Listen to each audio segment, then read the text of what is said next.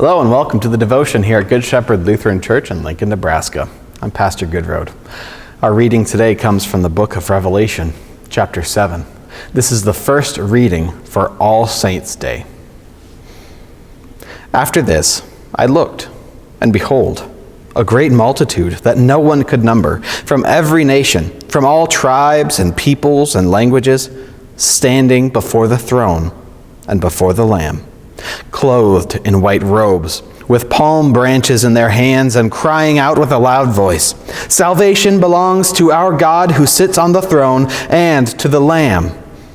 And all the angels were standing around the throne and around the elders and the four living creatures. And they fell on their faces before the throne and worshipped God, saying, "Amen. Blessing and glory and wisdom and thanksgiving and honor and power and might be to our God forever and ever. Amen." Then one of the elders addressed me, saying, "Who are these, clothed in white robes, and from where have they come?" I said to him, "Sir, you know." And he said to me, "These are the ones coming out of the great tribulation. They have washed their robes and made them white in the blood of the Lamb. Therefore they are before the throne of God and serve him day and night in his temple. And he who sits on the throne will shelter them with his presence. They shall hunger no more, neither thirst any more. The sun shall not strike them, nor any scorching heat.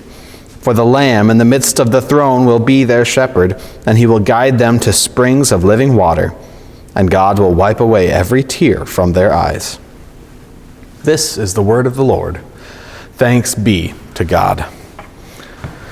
This is such an amazing picture of what is going on in heaven right now.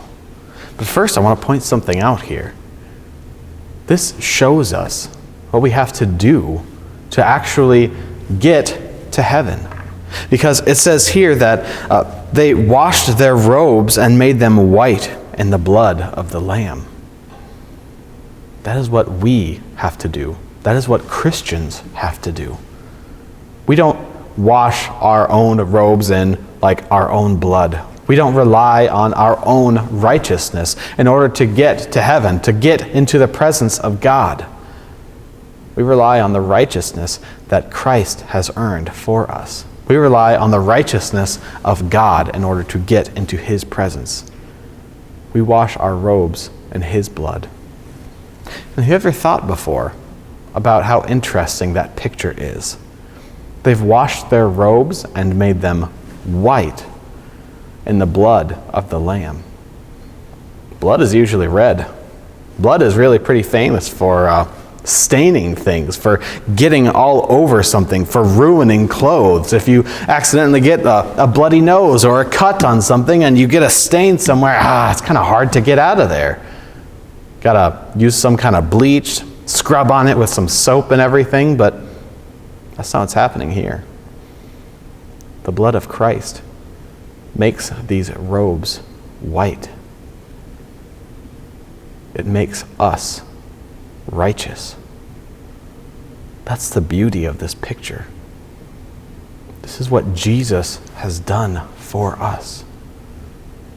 This is amazing. That is how we get into heaven.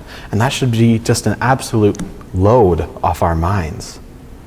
We don't have to look at our life to see if everything has been good enough to get into heaven.